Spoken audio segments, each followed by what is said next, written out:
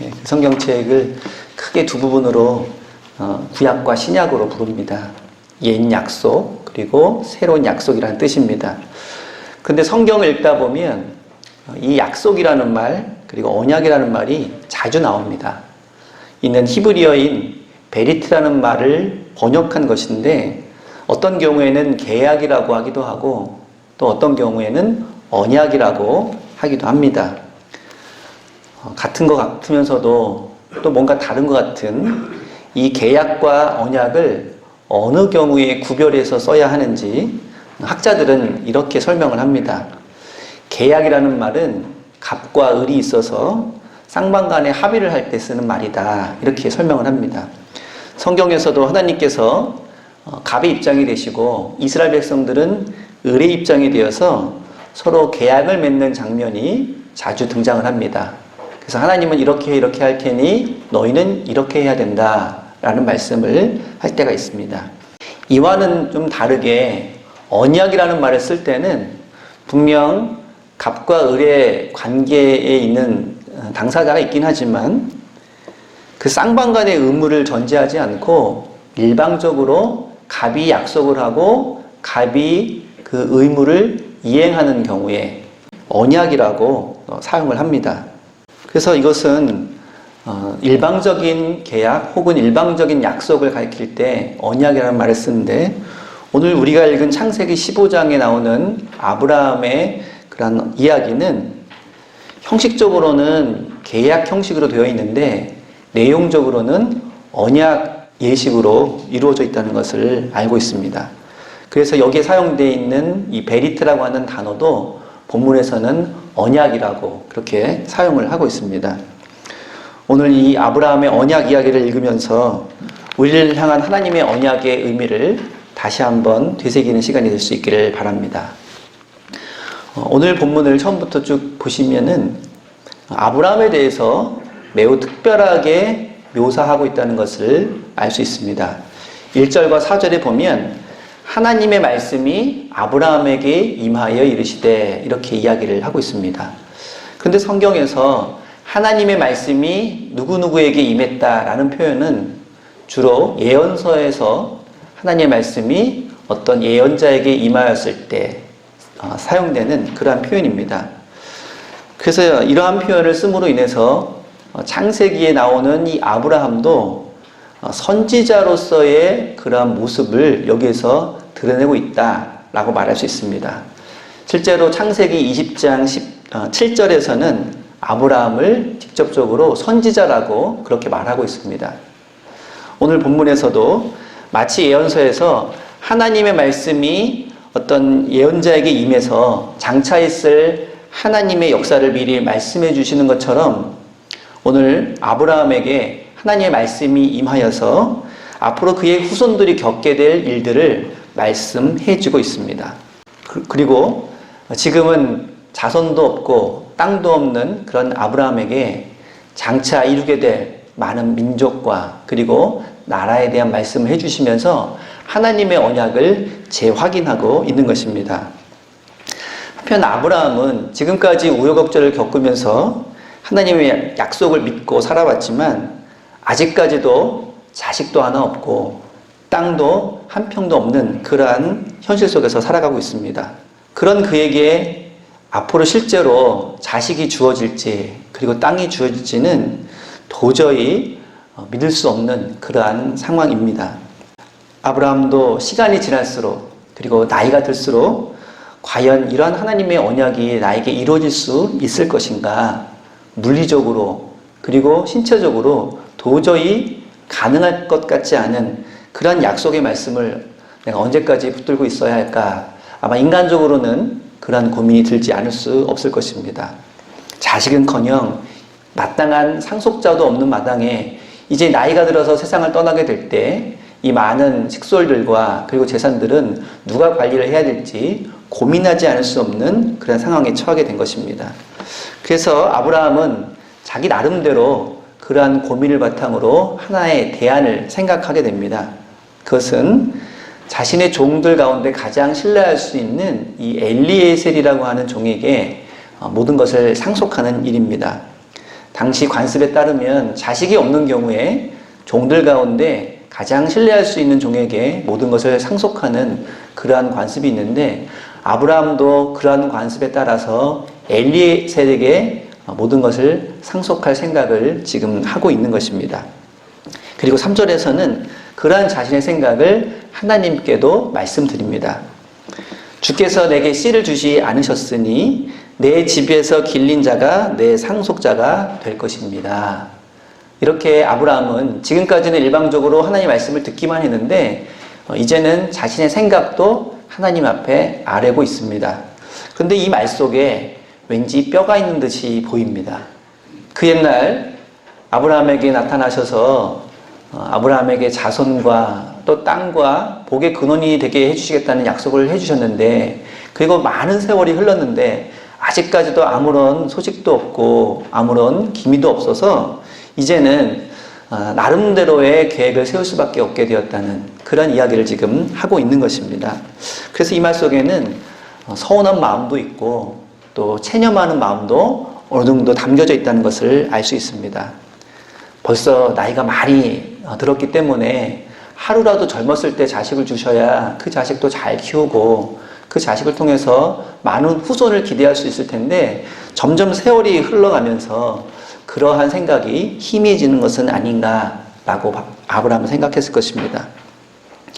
하나님께서는 그런 아브라함에 대해서 믿음이 없다고 탓하지 않으시고 다시 한번 하나님께서 주셨던 약속을 확인해 주시면서 세 가지의 약속을 구체적으로 말씀해 주고 계십니다. 첫 번째는 자식에 대한 언약입니다. 하나님께서는 아브라함이 생각하고 있는 대안인 엘리에셀을 상속자로 삼는 것이 아니라 아브라함과 사라 사이에서 태어난 자식이 상속자가 될 것이라고 다시 한번 말씀해 주셨습니다. 우리가 대안을 세운다는 것은 뭔가 일을 추진하다가 잘 안 될 때, 그럴 때 대안을 세웁니다. 그런데 지금 아브라함이 나름대로의 대안을 세웠다고 하는 것은 현실적인 문제 때문이기는 하지만 하나님 앞에서 보면 굉장히 불순종하고 또 그 편법적인 그런 모습이 아닐 수가 없습니다.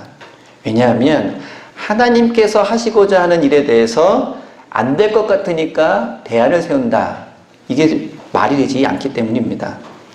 하나님께서는 그러한 아브라함의 생각에 대해서 탓하지는 않으셨지만 분명히 거절하셨습니다.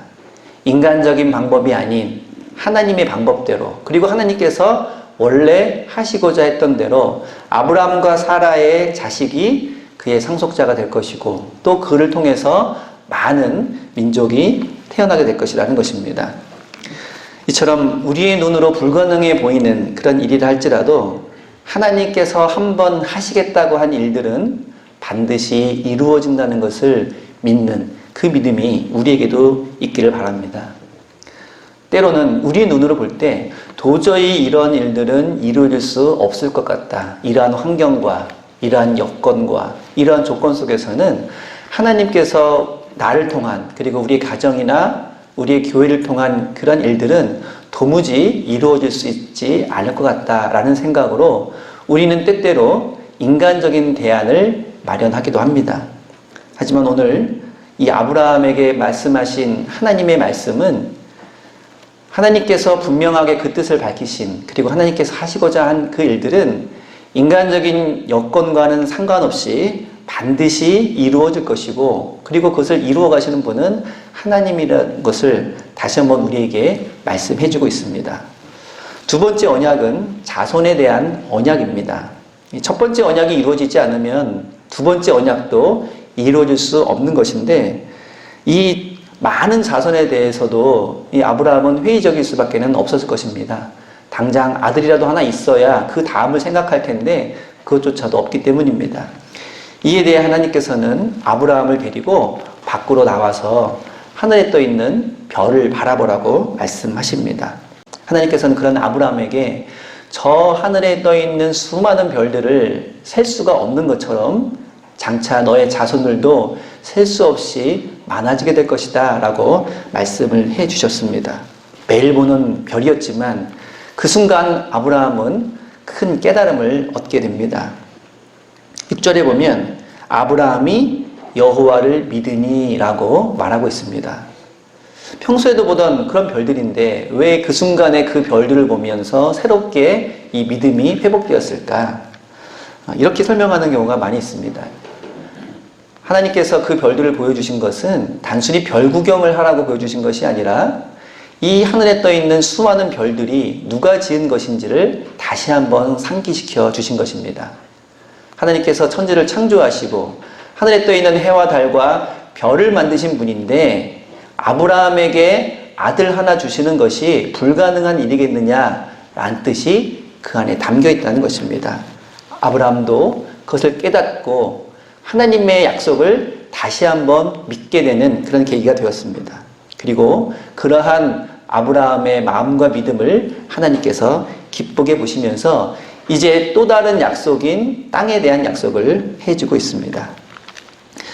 혹시 우리도 가끔 현실적인 문제 때문에 머리가 복잡해지고 또 정리가 잘 되지 않을 때가 있다면, 그리고 특별히 믿음의 문제를 우리가 겪게 되는 그런 때가 있다면, 오늘 이 아브라함처럼 밖에 나가서 별을 보거나 혹은 계절의 변화를 바라보거나 또 산과 바다에 나가서 하나님께서 베풀어 주신 그러한 모습들을 한번 보실 수 있기를 바랍니다. 그런 여건이 안 된다면 하나님께서 이끌어 오신 이 땅의 역사를 바라보는 것도, 그리고 다른 사람의 신앙의 여정 혹은 자기 자신의 신앙의 그러한 발걸음들을 바라보는 것도 하나님께서 우리와 동행하시고 하나님께서 역사하신다는 것을 다시 한번 되새기고 확인할 수 있는 좋은 방편일 것입니다. 어떠한 방식으로든 하나님께서는 하나님의 선하신 뜻과 의지를 우리로 하여금 다시 되살리게 하시고 또 다시 결단하게 하시는 그 일들을 허락하실 줄로 믿습니다. 세 번째는 땅에 대한 약속입니다. 하나님께서는 아브라함이 갈대와 우르에 있을 때에 그의 아버지인 데라를 통해서 그 가족을 가나안 땅으로 이끌어 가게 하셨습니다. 그리고 그 땅을 주시겠다고 여러 차례 분명히 말씀해 주셨습니다. 고향을 떠나서 마땅한 정착지도 없이 떠돌아다니는 이 아브라함에게는 땅에 대한 약속이야말로 말씀만 들어도 설레고 가슴 뛰는 그러한 약속이 아닐 수 없을 것입니다. 하지만 현실은 그와는 좀 달랐습니다. 아브라함이 가는 곳마다 그 땅에는 주인들이 있었고 도저히 그 땅들을 차지할 수 있을 어떤 희망도 보이지 않았기 때문입니다. 이러한 상황 속에서 아브라함은 도대체 이 땅을 어떻게 나에게 주신다는 것인지, 주신다고 하는 그 말씀 자체에 대해서는 신뢰하였지만 그 방법에 대해서는 도무지 예상할 수가 없었던 것입니다. 그래서 하나님께 그러한 자신의 마음을 또 솔직하게 하나님께 묻습니다. 어떻게 땅에 대한 약속을 확신할 수 있겠느냐고 말입니다. 이렇게 증표를 요청하는 아브라함을 위해서 하나님께서는 매우 뜻깊은 계약 체결 의식을 보여주고 있습니다. 그것이 오늘 우리가 읽은 본문입니다. 고대 근동 국가에서는 매우 중요한 계약을 체결할 때 이를 보증하기 위해서 하나의 의식을 행하게 되는데, 짐승을 하나를 골라서 그것을 반으로 쪼개고 그것을 양쪽에 놓아두는 의식입니다. 그리고 계약을 체결한 당사자들이 그 사이를 걸어가게 됩니다. 그 의미는 만일 우리 중에 누군가 계약을 위반하게 되면 이 죽은 짐승에게 일어난 일이 우리에게 일어나게 되겠다라는 다소 무시무시한 그러한 계약 의식인 것입니다. 이것은 생명을 담보로 어떠한 일이 있어도 이 계약은 지켜져야 한다는 그러한 의미인 것입니다. 그런데 하나님께서 이와 같은 의식을 아브라함과 치르고 계십니다. 하나님께서는 3년 된 암소와 그리고 암염소 그리고 수량, 산비둘기, 집비둘기 새끼를 가져오라고 아브라함에게 말씀하셨습니다. 그리고는 그 짐승들을 한 마리도 아니고 이렇게 5마리씩이나 다 반으로 쪼개서 양쪽에 두라고 말씀하십니다. 이제 남아있는 일은 계약 당사자들이 그 사이를 지나가는 것입니다. 근데 아브라함은 어떻게 하나님께서 이 짐승들 사이로 지나가실지를 알지 못했기 때문에 밤까지 기다리게 됩니다. 그러다가 밤에 매우 신비한 일이 일어났습니다. 타는 횃불이 마주보고 있는 이 짐승들의 사이로 지나가게 된 것입니다. 성경에서 이러한 횃불은 하나님의 나타나심을 의미합니다. 그렇기 때문에 이 타는 횃불이 지나갔다는 것은 하나님께서 계약 당사자가 되어서 그 짐승들 사이로 지나가셨고, 이로 인해서 그 계약은 완전히 체결되었다라는 그런 의미입니다. 근데 여기에는 한 가지 놀라운 사실이 있습니다. 그 짐승들 사이로 지나가시는 분은 하나님 한 분뿐이었다는 것입니다. 아브라함은 지나가지 않았습니다. 이것은 이 계약이 매우 일방적인 계약이라는 것을, 그래서 이것이 언약이라는 것을 보여주고 있습니다. 하나님께서 계약을 하자고 말씀하셨고, 하나님께서 그 짐승들 사이로 지나가시면서 내가 무슨 일이 있어도 이 약속은 너에게 지키겠다라고 말씀하시는 것입니다. 그만큼 아브라함의 후손들이 땅을 가지게 될 거라는 하나님의 약속은 확실하다는 말입니다. 이쯤 되면 이런 질문이 떠오릅니다. 도대체 아브라함이 뭐라고 하나님께서 그와 같은 약속을 하실까? 하나님이 직접 그 죽은 짐승 사이로 지나가면서 스스로를 제약하시면서까지 아브라함에게 이러한 약속을 하시냐는 것입니다. 비슷한 질문을 가지고 시편 8편 4절에서는 다윗이 이렇게 노래합니다. 인자가 무엇이기에 주께서 그를 돌보시나이까? 우리도 가끔은 그런 질문을 떠올릴 때가 있습니다. 하나님은 왜 나 같은 죄인을 구원해 주셨을까? 예수님께서 왜 벌레만도 못한 나를 위해서 십자가를 지시고 그렇게 희생하셨을까? 우리는 도저히 그 질문에 합당한 대답을 찾을 수가 없습니다. 그리고 여러분 같으면 이렇게 일방적이고 이렇게 헌신적이고 이렇게 희생적인 약속을 그 누구와 하실 수 있겠습니까? 그런데 많은 사람들이 그런 약속을 실제로 하곤 합니다. 어떤 경우에 그런 약속을 하냐면, 사랑하는 사람과의 약속을 할 때, 여러분들이 사랑하는 사람과 약속을 할 때 가만히 보시면 그 약속이 매우 일방적이고 내가 무엇을 받을 것이라는 기대감이 없는 상태에서 내가 가지고 있는 모든 것을 다 주고자 하는 마음, 이것은 사랑하는 사람들과의 약속에서만 있을 수 있는 일입니다. 그렇기 때문에 아브라함과의 이 언약을 통해서 보여주신 하나님의 일방적인 헌신과 사랑에 대해서 우리는 그 이유를 찾을 수는 없지만 그저 놀랍고 감사할 뿐입니다. 그리고 우리가 믿는 하나님은 바로 이러한 하나님이라는 것을 우리는 깨닫게 됩니다.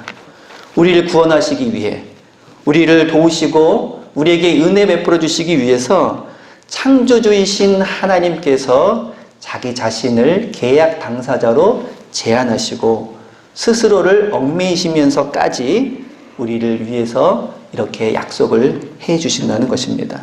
그리고 이러한 하나님의 일방적이고 헌신적인 사랑은 십자가를 지신 예수 그리스도를 통해서 다시 한번 우리에게 나타나고 있습니다.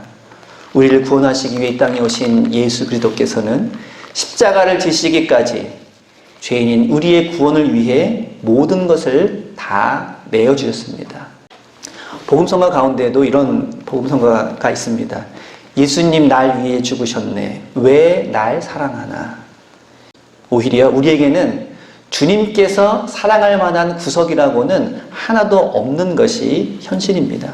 그럼에도 불구하고 주님께서는 우리 위해 고난당하시고 죽으셨다가 부활하셨습니다. 우리는 다만 감사하고 또 감사할 뿐입니다. 지금도 하나님께서는 우리를 찾아오셔서 아무 자격도 없는 우리에게 구원의 약속, 그리고 풍성한 생명의 약속을 해주시는 줄로 믿습니다.